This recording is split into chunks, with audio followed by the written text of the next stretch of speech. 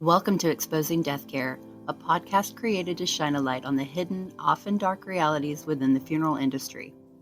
I'm your host, Em, and each episode we bring you real stories from those who have experienced the best and worst of this hidden world. This podcast is a platform to expose unethical practices, harmful experiences, and shady dealings that have plagued grieving families, funeral staff, and the industry as a whole. By bringing these stories to light, Exposing Deathcare aims to push for transparency, support those affected by trauma, and encourage necessary reforms in the way deathcare operates. By bringing these stories to light, Exposing Deathcare aims to push for transparency, support those affected by trauma, and encourage necessary reforms in the way deathcare operates. From documentaries to dramatizations, what's fact, what's fiction, and what are they still not telling you? Listener discretion is advised. The stories shared in this podcast at times may be anonymous to protect the individuals involved. Thank you for listening, and we hope that by sharing these stories we can work together to improve the deathcare industry for everyone involved. Welcome to Season 2 of Exposing Deathcare, and our guest Kay is here today. We have a little bit of a connection being the great state of, can we even call it the great state anymore, of Texas. We're kind of confused. We're all kind of confused at this point. Well, thanks again for agreeing to be on this. Some of our experiences have been the same, and we know some of the same folks. And so I think this is going to be a really good share fest. How did you get into the funeral industry, and what inspired you? I got into the funeral industry by accident, like a lot of people do. I've been working in the medical field since I'm 55 now. I've been working in the medical field since I'm 28 years old. And I started out in home care, and then I moved into hospice. Okay. And I really loved working with families. I thought I was good at it. I just loved it. I still do. And in the back of my mind, I always wanted to go to mortician school and kind of go deeper into service and transition into the funeral industry. I applied to mortician school in 2019 and I got in. My journey kind of began there. So right before the pandemic is when you darkened the doors of the mortuary colleges? Yes, yes. Awesome. Do you want to disclose which one you went to, or do you want to say rather if you went in person or if you did it online? So the one I went to was Amarillo College. Okay. They have a small mortuary science program. And unfortunately, while I was working in a funeral home for my apprenticeship, they closed their doors without telling the students. Oh my God. Okay, so I have also had an experience with Amarillo College. It's the second mortuary school that I went to. Mm-hmm. When did I graduate? I think it was around 2013, 2012, 2013. They had a problem with keeping their accreditation. They That's right. started That's why out they with it. closed. Yep. And then somebody else took over and flopped the program. And then somebody else took over and flopped the program. And in the meantime, Northeast Texas Community College was getting a lot of really good people under its belt to become what I think is one of the top ones in Texas. But yeah, I went to Amarillo College and made it out. I was top of my class in 2013. Congratulations. That's Thank you. mortuary science is not Bunch of easy, old men. everyone. No, it's not. I was having to drive from Lubbock, Texas up to Amarillo to go to school because of the in-person courses. Did you have any in-person courses at the time? I didn't even get that far. Ooh, I mean, okay. they closed So their doors. And when I applied to the program, I was there for 6 months. That's it. And when I applied to the program, because you do an interview, you interview for the program, and they didn't say anything about their accreditation, nothing, zero. But when they were happy to take $7,000 of my money. Yes, they have no problems with that. And so I had to start over again. I can sympathize with that too, because I initially started at Dallas Institute of Funeral Service back in 2002 Yeah. before I got kicked out of school and had to start over again 10 years later. So, oh God. Yes. Yes. Did you go anywhere else? Um, I did. I signed up for I think it was Hey, Northeast Texas. yeah, the one I just shouted out. Right. So I got How'd into it that go? school. It didn't. Oh no. And only only because, and we'll get into this, I was severely injured at the second funeral home I worked at in Texas. Oh, that is important to note. Yes. Okay. So let's dig in here. That got you into death care, and Yes. so you were in mortuary school. They lost their accreditation, and go from there. Tell me more. I worked at a funeral home, a small funeral home in rural Missouri while I was at Amarillo. And then the pandemic hit, and the funeral director, in my opinion, just kind of lost his mind Hmm. when the pandemic hit. And I wasn't going to stick around for that. So I left. Can you give us some examples of what you felt like was showing this? Um, my initial my initial um let me just say impression of this funeral home was wonderful because the guy was on forensic files on a Mm, he was on forensic files, very, very even toned. But I when I got there, it was just constant yelling and screaming. hmm. The behind the scenes was a little. Yes, just Mm, constant yelling and screaming, berating of staff, um, making fun of the customers. mhm, That was a big one, mhm. and it just got worse as the pandemic continued. And there was no social distancing, there was no PPE, there was nothing. I remember how hard it was to get PPE for the funeral homes that didn't normally carry it. Um, Well, they didn't even wanna use it. yeah, right.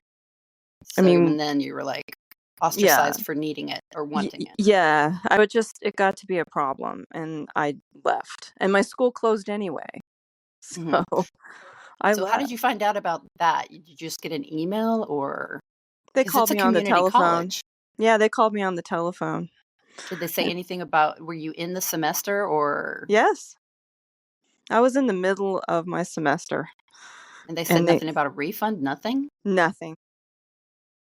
They just said, we hate to tell you this, but we're closing our program, and there's really nothing we can do about it, and there's no place for you guys to go." I was like, "What?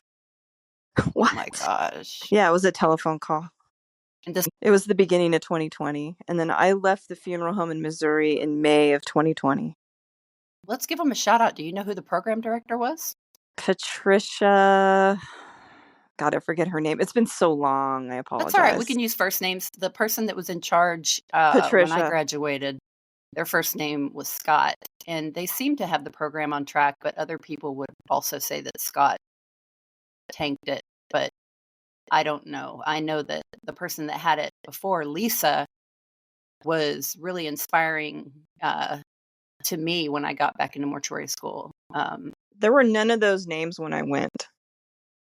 None. So it had been taken over by other people that ruined it even more. Well, I hope they're not still in the school game, but if they are, I hope their accreditations are up to date. A lot of them went to Yeah, a lot of the people went to Northeast to teach. Good, because the program director over there, Rebecca, has been phenomenal. I've known her since Mhm. early on in the my dipping my toes into the funeral realm Mhm. in Texas. So yeah, she was a good person, and then Ben is a teacher. Jennifer, these are good people. So yeah, Nice. I think it's a good program for anybody that goes into it. But you did not finish, so carry N on. Tell me more. No, so then I got into Northeast Texas, um, their program, Hmm. community Yeah. yes. So I got into their program, all, my credits did go there, they accepted the credits. I actually tried to get into another Bachelor of Science, mortuary science program in Oklahoma, and they would take none of my credits. Wow. So I said, I'm not spending $90,000 on a degree. So that's out. So then I went to the community college, and then I found another family-owned small funeral home in Texas to work at. They hired me on the spot. Oh, like in-person interview, or were Yes. you like, okay, Yeah, I went in here's your new person, slot. had an interview, and they hired me on the spot and told me to start tomorrow. Okay. So what happened next? I started there. It was okay for maybe a couple weeks because they were on their good behavior. And then the familiar stuff started. Arguing, just I feel like I don't know what it is with funeral homes. They sit around and just argue with each other. I describe it like hazing. They worked us 10 hours a day for hardly any money. I'm a small person, and they were telling me to lift 300-pound people off the floor by myself. Just outrageous things that we had to do. So I know a little bit of the history of this entity. So it's a family-owned business. It has a couple of different locations. Did they use a mortuary service? No. I mean, No. yes and no. Okay, so you had a mortuary service available to utilize Yes. It's 55 miles away. to the So if there east, was a body to go get, one of us had to go to get it. And and they they would didn't. only send one person? Yes, one And this was person. whether it was a house call or a facility call? That's right. Okay. Because that's something we've covered in some other episodes, is that you just don't You it's don't do that. inappropriate to send somebody on a house call by themselves and expect that fire department or the hospice or anybody else in the house is going to help you do your job. And that's what they Um, expected. yeah, that's poor staffing and preparation on the part of the funeral home. Mhm. If your boss is sending you out on calls to people's homes by yourself, that is a huge red flag. I don't care how strong you are. I don't care how young you are. I don't care how awesome you think you are. It's a two-person job. That's what It I shows say. care. It shows care not only for the individual that's deceased, but for the family and for the property that you are maneuvering. Whether it's an in and out with no steps or not, you should always have a second person there. Professionalism, period. I would say 50% of the time there was a second person. Mm, great. But most of the time, and when I was injured on the job, I was by myself with two deceased individuals, and they sent me in a work van that was only supposed to take one deceased person Mhm, in the van. mhm. Where were you And transporting from, like, the I MEs or was something? I was transporting from the funeral home in Austin to the funeral home in Kingsland. And I was new. I had barely done this, So they were and like, "Throw the new girl in the yeah, car with the 2 decedents because we're just gonna have her drive somewhere." they were understaffed. They had a funeral that day. They had to get these two deceased individuals into our care at Kingsland. And so they said, send the new girl there. And that van was only made for one body, period. And so somebody else was loading these two people into the van, and the funeral director, the owner of the company, stood next to me while these two people were being loaded into this van, and I said, that one gurney behind my seat is not secured. Mhm. And he looked at me and he laughed and he says, well, let's just hope that body doesn't come crashing out the back. You got to get going. That sounds like a joke I've heard in the industry. They don't care, and when you're new, they think, this is funny. It's not. So I was ordered to go back for this 60-mile drive back. And the woman behind me weighed 200 pounds on a metal gurney, not secured at all. And Mhm. so her body on the gurney hit the back of my seat. I would say 10 times. Every time you had to brake. Yes. And I lived in hill country. Oh, yeah. It's not flat. People think Texas is flat. It's not flat. I was severely injured from that incident. Oh, from the body hitting you in the back of the Yes. seat. Yes. Okay. I lost 2 of my discs in my neck. Oh my God. I can see that happening. I have had decedents hit with force the Mhm. back of my seat as well. But I'm a pretty sturdy girl. I'm Um, 5'4" and I weigh 130. yeah, no, I'm 5'10" and over 200 pounds. So, um, wow. And Yeah. what happened when you told them that this happened? They blew you off? They blew me off. So this And was like your then first week working for them. no, this was after 4 months. So I came back and I told them that I had hurt myself, and they blew it off, and then they made me work another funeral that weekend, and I literally couldn't stand up anymore. So And you bend started noticing things. Yes, I started noticing everything. Like I couldn't bend down and get flowers to put in a Mhm. van. I couldn't help my friend lift a casket for this service that we had in the country. So I marched in there and I said, "This is my last day. I hurt Mhm. myself. See you later." Mhm. They said, "Okay." And then I did file a workers' comp claim. So what happened with that? How did they handle that? I'm laughing because Oh, it's better than crying. I sympathize. So in the state of Texas, even if uh, your boss is negligent and they have workers' comp, you cannot sue them for negligence. Mhm. So he had workers' comp, and the adjusters would only take the opinions of their doctors Mhm. and sent me off with a diagnosis of a strain.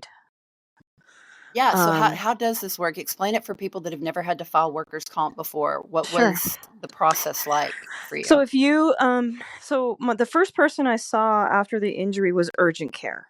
Of course, that's what you do. Were You go you to insured at the time? No, Okay. I was still So on you were working for probation. I them. was still on probation at work, so they Okay. didn't offer me any. Benefits. That's correct. So I had Gotcha. to go to urgent care.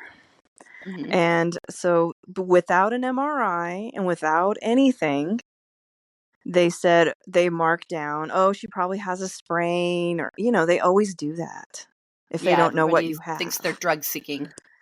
Yeah, or being dramatic, I guess. So Yeah. this was before an MRI. So they said she has a strain. Let's send her for an MRI. So this whole time they were going off the strain diagnosis for the urgent care. And that's what I was told Oh. by the insurance company. They said, "Well, you were diagnosed with a strain." Mhm. And I said, "Yeah, before everything else. Before I had all Yeah. my MRIs done." After I had the MRIs done, they told me I needed 2 back surgeries now from this injury. But workers' comp, they would only take recommendations from doctors that they paid for, that they hire. They won't take outside opinions Wow. from my Okay. doctors or Uh-huh. or impartial opinions. They hire Okay. doctors to deny your claim, and that's what they did with mine. For people that don't realize, typically removal vans will have these little cups in the floor, or Correct. there'll be little wooden barriers That's that right. will keep the cot from sliding forward when you brake. And this can happen whether it's a casket or anything. If there's nothing there to keep it from flying forward, that's why in a hearse, Mhm. typically you will see what is the truck stop or whatever that thing is, the casket stopper. They'll put it at the head and the foot to keep that from sliding forward and back. And so that's what those little cups are supposed to be in the removal vans for. And if they're not situated to hold, more than one, or even if they're not properly set up, that cot's going to go all over the place, and it Yes. will hit right at the base of your Yes. spine, where your That's right. spine connects to your hips, the small of your back, that sensitive spot, and they will plow into you. And if this decedent weighs, it's like they're coming at you with force. It's like a 300 And pound missile. it is, and you've got to understand it's like being hit by a car, It is. because it is moving, and it is in the vehicle. And I can't tell you, I've been hit many times, and 100% believe that, part of my pain today is from what I've experienced in the funeral industry, but good God, I So the feel for van you. that I drove had Mhm. that ability to hold one cot in place because it had a wheel. It had a thing for the wheel, right. It had a thing for the wheel that Uh-huh. you slide it in, and then the wheel had like a little depression for the wheel, and then it Mhm. had a little hole for the cot. There's this apparatus that holds the cot in, but it was Mhm. only on the passenger side of I was about this. to say, let me guess, it was on the passenger side Yes. because they don't want it rolling into them. Yeah. No, no. So when I picked up 2 bodies, Mhm. there was nothing to hold that cot in place behind my driver's seat. And for anybody wondering, the hill country of Texas, I have heard more Hills. than once, hills country of Texas. I've heard more Yes. than once of mortuary cots coming out the back of a van in Houston and being found, Wow. down the street from the medical examiners or off the highway. This has happened more than once. I can So, believe it. yeah. And these vans are Ye- not, I mean, the vans that I drove personally for this company were like Ford Econoline, you Oh, so know. those like white creeper vans, like free candy. These were black vans, Oh, but black creepy vans, yeah. free puppies. So they're very small, and there's only Mm-hmm. room, like we're talking about, for one person Mm-hmm. in the back, period. So Mm-hmm. they cut corners because they were in a hurry and there was 2 people to transport. So as a result, my 2 vertebrae shot out of my body and are now into my spinal cord as we are speaking on the phone. Oh, gross. Ouch, ouch. Yes. So I hardly got any medical care when I was on workers' comp. They Mhm. finally released me last year. Oh, they would call me all the time telling me I was lazy and get back to work and stop. The St- state or the workers' comp or the who? workers' comp insurance company. Oh, Lord. Oh yeah, they were terrible. They were like, we know that you're better. We Oh my know that you god. don't need to be home. Oh, Oh my they god. were terrible. And finally they let me go because they hired all these lawyers to fight my case, and I was just too hurt to fight Yeah, at them. that point you get beat down. You are, because you're hurt. I was almost paralyzed. Mhm. I was in just no condition to fight these people. I'm still not. So they released me, and now I've gotten medical care in the last year for my neck, and I've had 225 physical therapy appointments for this neck, for my neck. Are And you getting better? yes. So I Sorry. filed for disability because I've been working in America for 41 years, paying Mhm. taxes. So I Mhm. filed for Social Security disability when I got my injury, and I'm still waiting for that. So That's a hard process. It's a oh, very it's difficult really hard. process. It's So, really hard. So mm, the injury from that funeral home um, devastated my plans for ever being in this field again. let's talk about the pay from where you Okay, were to coming sure, to Texas, especially not having any benefits. sure. So my first job in Missouri, it was salary. So they just paid you a salary, not hourly, and it was $500 a week. And they Oh worked us. god. I know, they worked us 6 days a week, 8 a.m. to 6 p.m. every day. So it's And you about were just 9 told you something were on dollars an call? hour. Yes, I was on Okay. call every day. But you had to show up during work hours. Yes. Mhm. To be present at the funeral home. Okay. And then That's really bad. in really bad, and no benefits. No, But no health insurance. people that wanna get into this so bad, they'll do anything. Like, I can't tell Yes. you how many hours I worked for free. That's why I went to Missouri, Mhm. because it was a guaranteed apprenticeship, and I needed that. I needed that for my so I did, I went. Yeah. And in Texas, $16 an hour, no benefits. I knew another individual that, worked for the company you did, for many years, and they pulled strings with this individual, like, they would have advanced her had she not been a female. Um, she watched men get, you know, moved up above her constantly. They, eventually stuck her out in the I guess, the crematory, the direct cremation. So some of these places have online presences where they offer a discount cremation, and then they have their own crematory. So it looks like you're dealing with two different companies, but you're really dealing with the same one. They just took a couple $100 off because you found them online. That's right. And instead of putting her in front of families that wanted to talk and make plans about end of life celebrations, they were making her do the, direct cremations, and Mhm. it just burnt her out, and she ended up moving on to another company. Back in the day, I said, "Don't touch corporate. They won't treat you well. They'll treat you like shit." It's turned around. It You has. have more job stability with corporate than you do with the family-owned businesses. You know what really made me sick was they were like, "Oh, you're like family. You're like family." They say that Mhm. so much. When I got injured, I got not one phone call, not one from anybody there, not even from the owner. Complete silence. Yeah, well, and then at that point, it kinda makes you wonder, is it the insurance company that's not allowing them to do that? But even so, somebody that you worked with should still wanna check in on you. Just checking in on you doesn't admit fault. It I just reached means you're an out actual caring person. I reached out to a real old school funeral director that worked there, and I said, "Can we please have a conversation about this funeral home and what happened?" And he never got in touch with me because everyone's so hush hush What's his about it. initial, his first name initial? BJ. Oh, okay.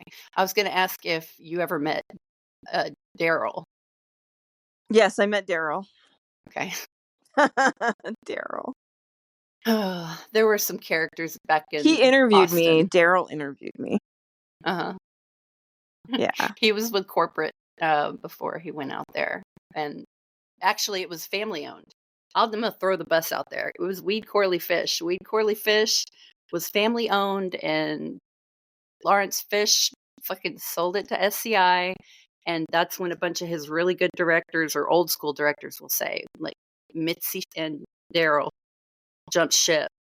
And Mitzi went on to open uh, Austin Natural Funerals, and it broke my heart. I remember bawling on the phone to her when I found out that she was doing that, because I was in my phase where I was like, "I'm gonna do this. I could do it by myself." And somebody that was far more experienced and better positioned financially than me was already on the road to do it. And I found out from a former employer who told me to upset me. So I remember calling her on the phone just sobbing like, "Why didn't you tell me you were gonna do this?" Um, but yeah, the Austin Natural Funerals is still going strong, and they own Eloise Woods Community Natural Burial Park. Have really great funeral directors. So anytime I can shout out a funeral Yes. home, I want to. Um, one of them from the Weed Corley Fish Group was related to, I call him Big Bird, that had a discount funeral home in Austin. And I don't know if they continue to work together or not, but I would say that discount funeral home, if it sounds like the name is discount, you should look into it. Would you agree? Yes. Did you ever have to pick up bodies from some other places like that? Did you ever get that far into it in Austin or Dallas or that whole area Picking up bodies at from other other funeral places? homes. Uh-huh. Yes. And Did you I always thought to myself, gosh, these places look so nice compared to where I work. really? Yeah. Like the one in Really? Kingsland was horrible. I'm just gonna Really? say it, everybody. It was Yeah. horrible, and I could go on and on about how they were doing their cremations. I'm Nope, no nope, nope. expert. Tell me something about cremations, because I'll tell you a horror story that I've got from the All Texas right. areas. So I witnessed probably 20 of them. Just Mhm. as a just say, "Oh yeah, let her come in and look," because I wasn't a certified crematory operator. I was still in Mhm. school. So Yeah. I just watched. But it Uh-huh. was why would you not wear any kind of protection? Exactly. Why? Why would you grind up I'm sorry to get into this detail, but why would you put bones into a grinder and have powder and not wear any face protection? Yeah. That's Why would you do bone that? dust in your I know. Why nose. would you inhale bone dust? And this is what was Because they're going on lazy. in front of my eyes, and I couldn't believe it. Mhm. Yep. No, that was very common. No PPE None. was supplied for me when I worked for a budget crematory in Austin. None. 0. I couldn't Um, believe it. I'm yeah. sorry. It still I gets to was me. buying my own masks before COVID. I was Mhm. getting the little fabric masks on Amazon and wearing them when I would run the crematory at night. I would put a do-rag on my head and a mask and my own goggles because it wasn't provided for me. Now, did this Mhm. crematory have a special $1,000 broom dusting machine that was supposed to go and clean out the retort after everything? Yes. Did they use it? No. This place had none of that stuff. It was in a garage. Yes, they hide them in the most indescript places where you might go get your car worked on. Uh-huh. Yes, and it was just it looked like they, like, put everything together at the last minute. Okay. Oh, it was So, not professional in my opinion. and how often do you think your crematory was inspected? Never. At least while you were there, right? Never, and don't get me started on the embalming room either. Oh, I can imagine. So I'm thinking small town, small older funeral home in Texas. I can only imagine. Uh, No PPE in there either. yeah. I mean, I saw the funeral director smoking while he was doing stuff. So I've seen that too. They made it a regular thing to smoke or drink coffee or eat in the prep rooms Yeah. back. Mhm. And they may say that doesn't happen now, but I It does. guarantee you it I saw it with does. my own eyes. The people that have been privileged to work in this industry and have not seen these things, again, they are privileged because They are. for as many good places that are out there, there are just as many bad ones, and that's why I really want the public to educate themselves on who they're talking to and who they're utilizing. And Yes. the biggest tell is to see if they will give you a tour, because if it's up to par, they have no problem wheeling people away out of the way to show you around. They're proud. Anybody that I've worked for that took pride in this is proud and wants to show it off, right? I agree with you 100%. And if people had toured the place that I worked, they wouldn't have left their loved ones there at all. No. And it's just also the comments. Don't make fun of people Yeah. when Yeah. you're embalming them. Yeah. Don't make fun of people when you're cremating them. I can't even tell you how many times I heard. I mean, I get it. Everyone wants to lighten the mood. This wasn't lightening the mood. This was making fun of people Mhm. when you're putting. I can't even go into it. It's just terrible. Yeah. No, I'm picking up what you're putting down. I'll tell you an example of a place in Texas that I worked. This individual had their own crematory in the Austin area, but not in the next county up. But they had a little storefront funeral home. So every now and then I'd have to go pick up 3 to 5 bodies from this other location, the mortuary service that would hold his bodies for him, when he didn't have an outstanding bill. He'd send me with 2 cots or 3 um, smooth movers, or those, body moving thick things that the hospitals use that you strap them onto. Mhm. And I would be expected to somehow get 4 bodies back in a regular van with just 2 cots or 4 of those smooth movers, you'd have to put 2 people on the cots and you get them loaded, and then you take your 2 smallest people and you'd strap them into the body movers and you'd slide them in between the other ones. I And then when can't. you can imagine it, can't you? You know what I'm talking about, don't you? Yeah. Yeah, and we'd be expected to take that many because you don't wanna take an extra trip up there, it's an extra thing of gas. If you can charge 4 families for removals instead of, the 1, because I just went there and picked up 4 people in a van that should have had no more than 2 in it. Mhm. Yeah, the cutting that goes on behind the scenes that they're charging people for on GPLs, general price lists and things like that, there's a whole whole 'nother can of worms we could walk all over right with that. Sure. Mm-mm-mm. Mm-mm-mm. Well, have you ever considered, like, educating people? If you still wanted to be, like, in the funeral industry, something I've been thinking a lot about lately is pre-need sales. Like, if you educate yourself on all the alternatives out there, and then you just start, Have. like I yeah. have. Um, I mean, right now I'm disabled. So I'm doing a job retraining through the state. Mhm. I might go into social work. Yeah, Gives you different perspective. I don't really want to go into funeral service anymore. I feel like I've tried to give them a chance to be decent, Yeah, and I worked at 2 now, and it's the same across the board, I feel like. same bad I see experience. these other funeral homes that people work at, and they have really good experiences, and I can't even relate to that because mine were so terrible. And that's what this podcast is for those of us that have been out there and had these experiences because too many people are quick to say, "Oh, no, that doesn't happen." It It does does. because how many people are gonna reach out to me after this episode and say, "That happened to me when I had to move bodies in the van and I was ignored," or, It yeah. happens way more often than people wanna talk about, and I'm not sure why no one wants to talk about it.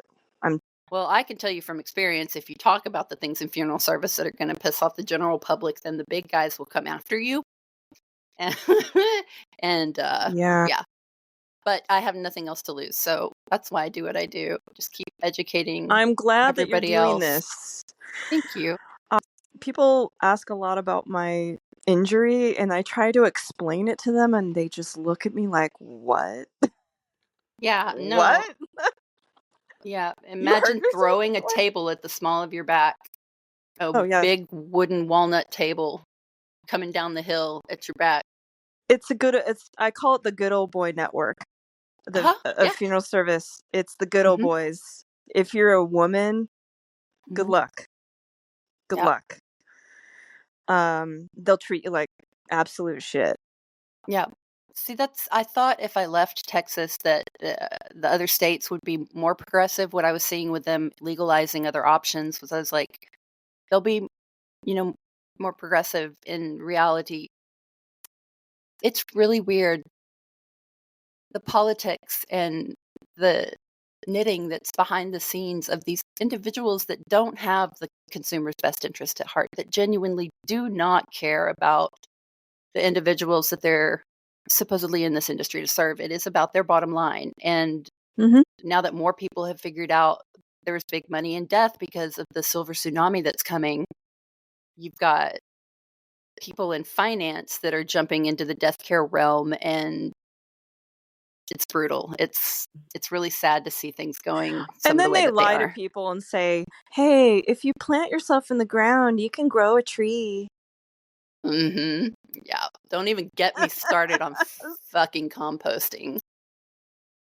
Oh. When I see that, I'm just like, no, that's not the way it works, but Let me tell you something. good luck with that. Um, Yeah, goodness. I do miss, funeral service, though. I do. I just miss it. But I Yeah, there don't is miss something the about it. people I work with. It's like, No. what's that line from Clerks?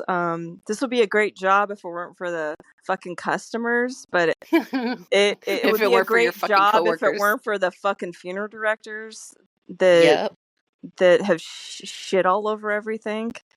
yep. Did you ever And go to any conventions while you were in Texas? Or because I know that the place you worked for was pretty involved with the associations. I didn't have a chance to.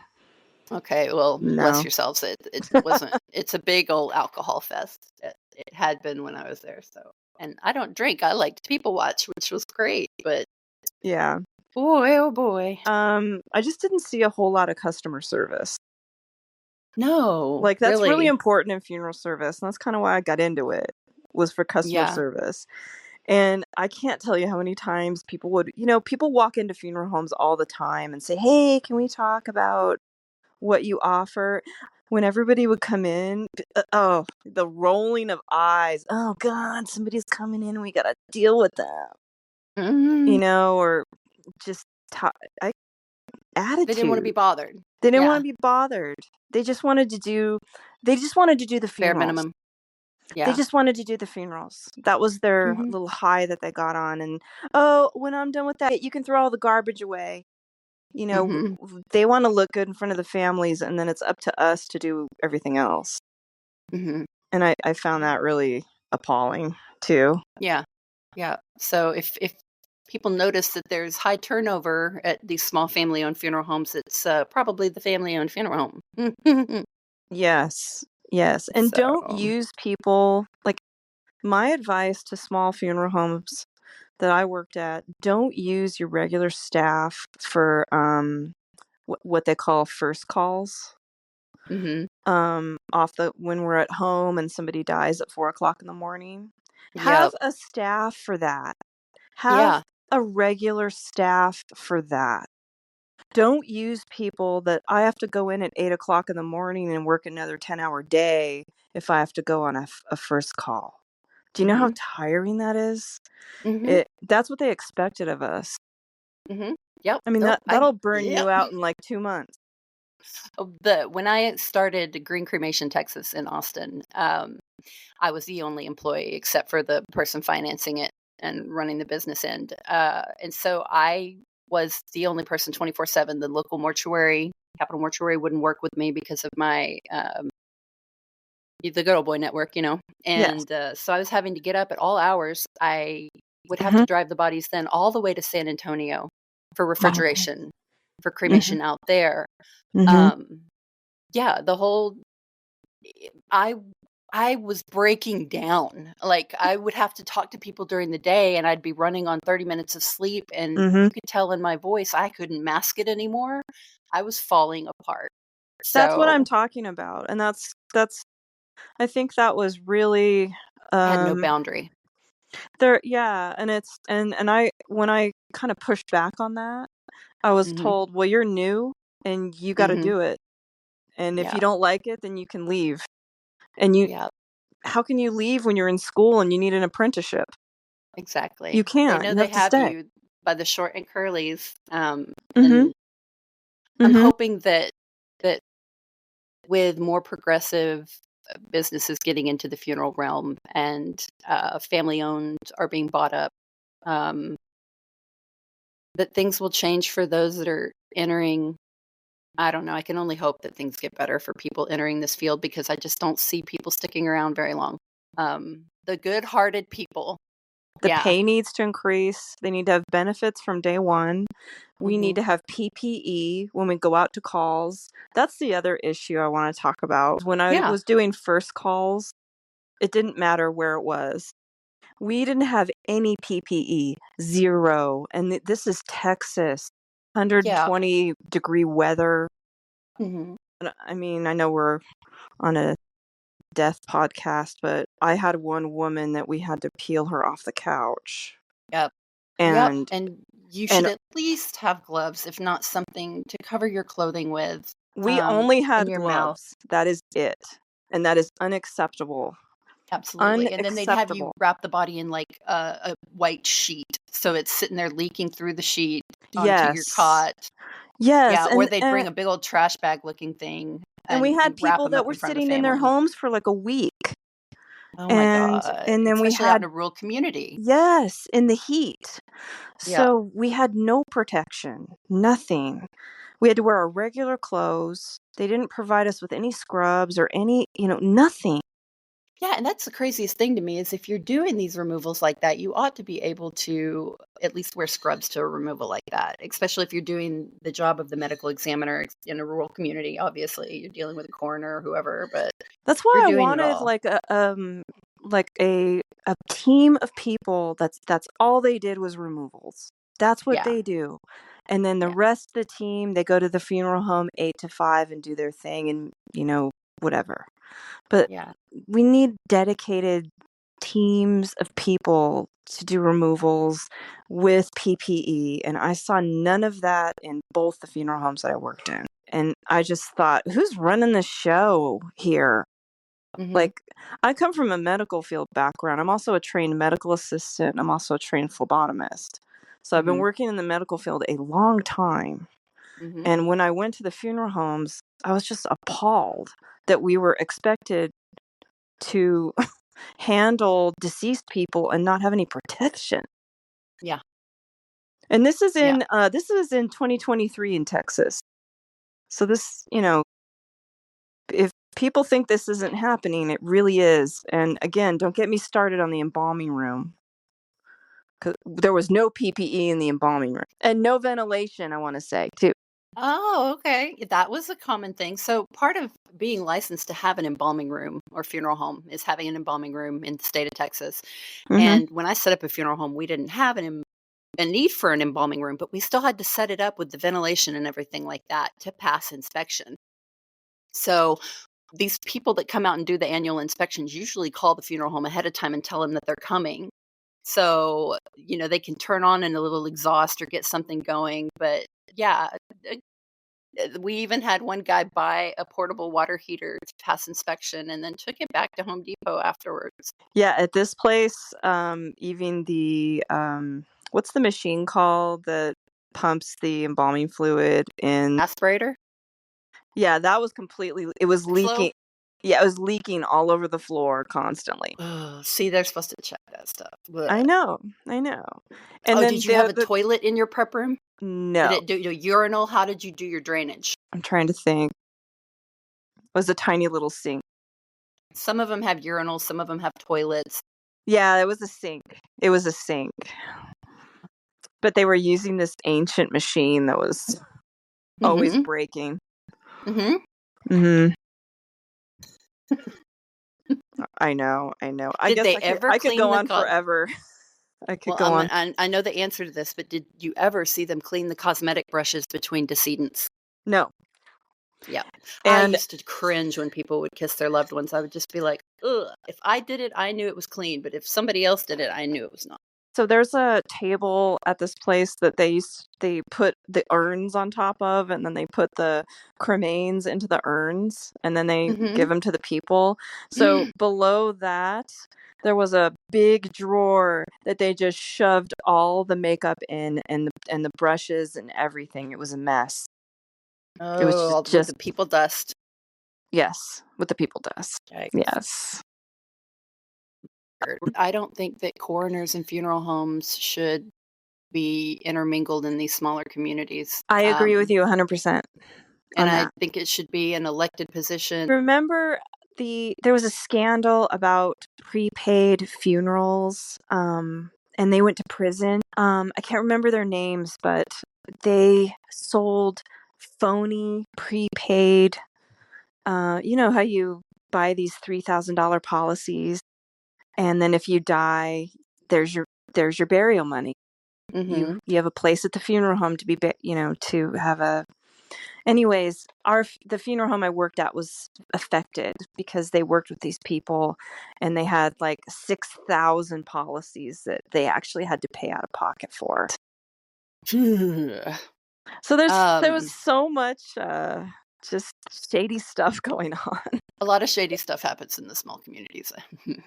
I will say that. Yes. No, the experiences that I had with like pre-need theft and things were small family-owned funeral homes where like the man in charge got behind on the bills and was spending outside of his beer Yeah. budget with champagne dreams, and they would just start they would think, "Oh, I'll take care of this later. Things are gonna pick up. I'll take care of this later," and they'd get Mhm. themselves into a huge hole, and that's why it's so important that people there is no national registry for pre-need policies. So There if your isn't. family member has bought one and you don't know about it, what is it? NFDIC? What did the National Funeral Director Life Insurance College? I had an interview with them once when we opened a funeral home, and I was going to see about offering their policies.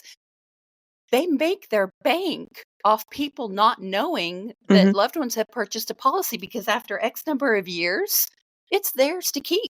That's right. And they're just rolling in money. Like, some of these pre-need people at conventions will give you $100 to show up to their parties, you know? It's crazy the money that's in pre-need. I just tell people, please be Be careful. careful. Sometimes it sounds too good to be true. Just look into it. Especially sometimes it's great, sometimes it's not. I mean, I don't know. Exactly. There's just too much out there. I know. Just do your homework, everybody. Yeah. And don't be afraid to go in that funeral home and take up an hour of their time. That's what they're there for. Yeah, That's and if what you they can are tell there they don't for. want to talk to you, don't give them your business. Don't give them your business. Exactly. That's what they're there for. Their doors are open all day long.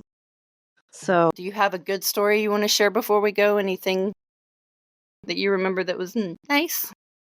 oh, I know, because I've been talking about all the bad stuff. All the That's, I bad try to stuff. end it on a positive note.